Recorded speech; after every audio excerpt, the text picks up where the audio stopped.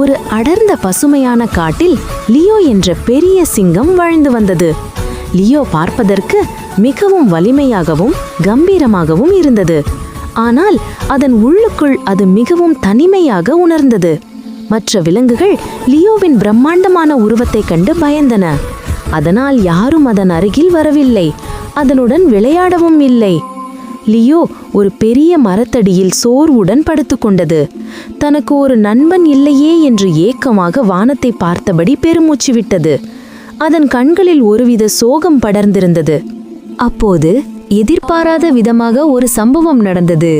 மின்னல் போல் வேகமாக டிம்மி என்ற பெயருடைய குட்டி கிளி ஒன்று மரத்திலிருந்து கீழே வந்து லியோவின் பெரிய கம்பீரமான மூக்கின் மீது சிறிதும் பயமின்றி அமர்ந்தது. லியோவுக்கு என்ன செய்வது என்றே தெரியவில்லை. ஒரு கணம் திடுக்கிட்டது. யாருமே அதன் அருகில் வராத நிலையில் இந்த சின்னஞ்சிறிய கிளி எப்படி அதன் மூக்கின் மீது அமர்ந்தது என்று ஆச்சரியப்பட்டது.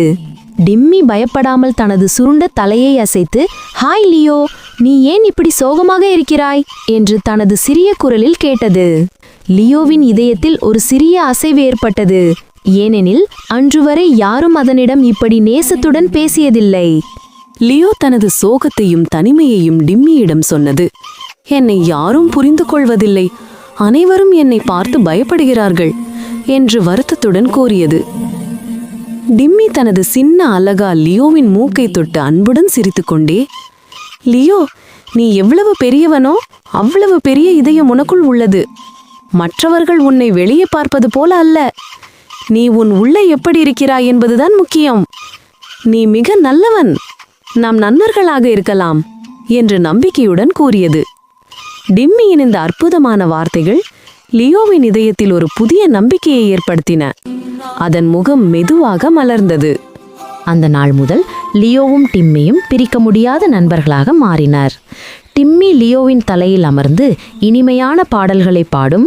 லியோவும் டிம்மிக்காக காட்டை சுற்றி அலைந்து சுவையான பழங்களை சேகரிக்கும். மற்ற விலங்குகள் இந்த விசித்திரமான நட்பை பார்த்து ஆச்சரியப்பட்டாலும் லியோ இப்போது மகிழ்ச்சியாகவும் தனிமையின்றி இருந்தது. அதன் வாழ்க்கை அர்த்தமுள்ளதாக மாறியது. கதையின் நீதி: உண்மையான நட்பு உருவத்தை பார்ப்பதில்லை, இதயத்தை மட்டுமே பார்க்கிறது. இந்த கதை உங்களுக்கு பிடித்திருந்தால் கிட்ஸ் கார்ட்டூன் ஸ்டோரி சேனலை சப்ஸ்கிரைப் செய்து லைக் செய்யுங்கள். தேங்க்ஸ் ஃபார் வாட்சிங்.